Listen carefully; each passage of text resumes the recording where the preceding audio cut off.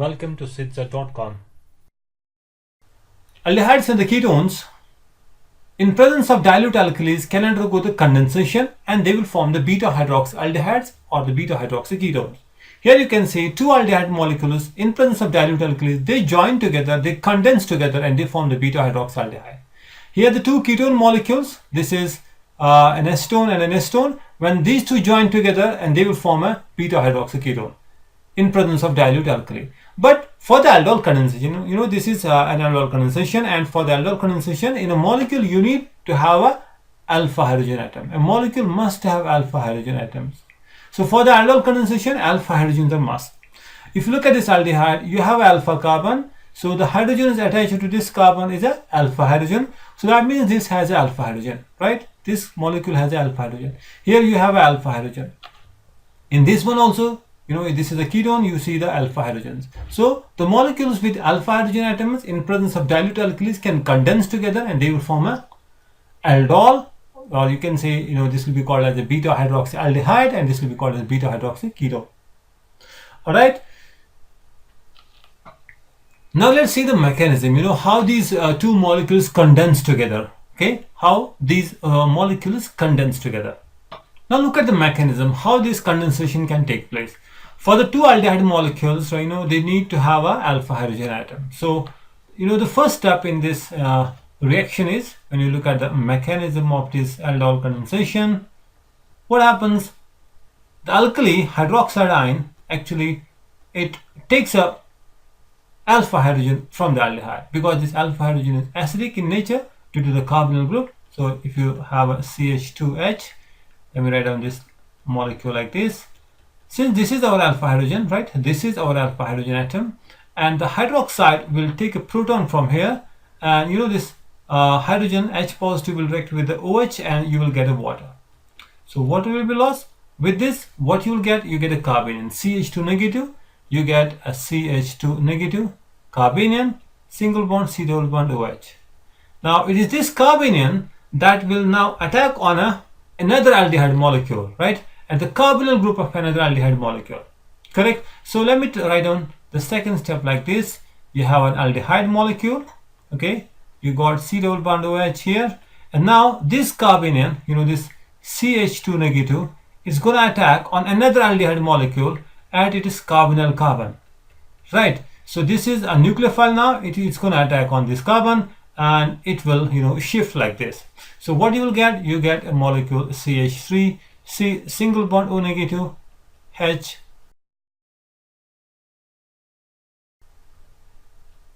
and the C double bond OH. And now in the next step, what you will get? You will see that the proton that was lost initially, okay, the proton that was lost from here is gonna, that will, with the water, okay, you'll see that this proton will go to the O negative, and what you will get? You get a molecule CH3OH, H, CH2, and C double bond OH. Okay, so this is what you get a aldehyde. This is beta hydroxyaldehyde, beta hydroxybutanol, right? This will be called as beta hydroxybutanol. Now look at the mechanism of this reaction. If two ketone molecules can condense together. As I said, for any of these aldol condensations, we need a molecule with the alpha hydrogen atom, because alpha hydrogen in case of aldehydes and the ketones is more acidic. So that's why in the first step, it is the alkali, the hydroxide ion, that actually reacts with one of the alpha hydrogen atoms, and it takes a proton from there and forms a nucleophile there, right? You get a CH2 negative. So this hydroxide ion is going to attack on this hydrogen. So what you will get? There will be the loss of water, and now you will get a CH2 negative, this carbon with a negative charge, and the C double bond O and the CH3. This nucleophile now, carbon carbanion will act as a nucleophile, and it will attack on another aldehyde molecule, right? It's going to attack on another aldehyde molecule. Let me write it like this: CH3. This can attack on any other molecule that is having a carbonyl group, right? Now in the next step, the same carbanion is going to attack on another molecule containing the carbonyl group, right? Another this ketone molecule, and it will attack on it, and this electron pair will shift here. So what you will get, you get a molecule like this, CH3C, and now it has a CH3 also attached to this one, oxygen with a negative charge, and this CH2 is going to form a bond with this carbon, and then C double bond O and the CH3. And this oxygen, it will pick up a proton, right? It's going to pick up a proton again from the solvent, abstracts the proton from here. Okay, so what you get a molecule like this, CH3 single bond OH, a CH3, and a CH2 single bond C double bond O, and the CH3. Right, look at this mechanism. See, this is our the beta hydroxy ketone that you will get when two acetone molecules condense together, two ketone molecules condense together. If you look at the reaction again, see, if I take this molecule here, if I take this hydrogen from the oxygen and this carbon-carbon double bond, and now the hydrogen that was present on the oxygen, if I put it here, okay, and you have a double bond. What is the overall, aldol condensation? What is the net reaction? You see here, these are the two carbonyl groups, right? If you want to remember it quickly, what will be the product?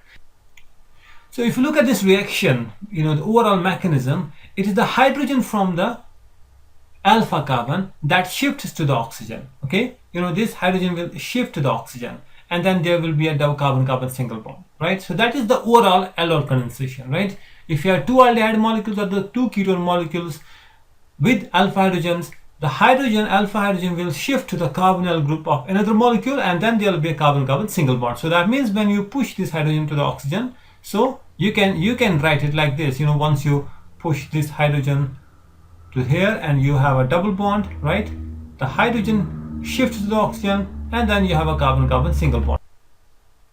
Now, in presence of a dilute alkali, if you have two different aldehydes, or you have two different ketones, or you have aldehyde and a ketone, right?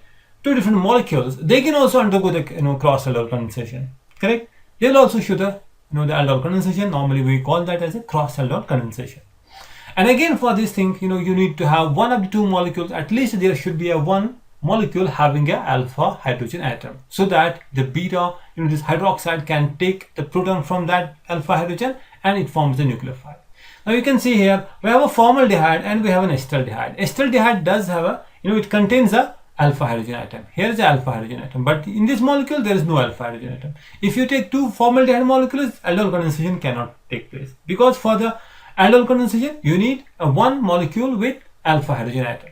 Alright, so now you can take two aldehydes, one has alpha hydrogen, the other one does not have, still they can show the aldol condensation. Therefore we call this as a cross aldol condensation. And now what's going to happen, this hydrogen will be lost, it will shift to the oxygen, and this carbon is going to form a double bond, single bond with this.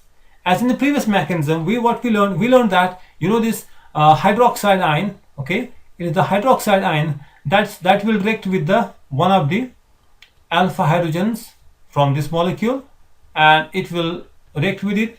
There will be the loss of a water, and you get a carbene, and you get a CH2 negative, and then you got the C double bond OH.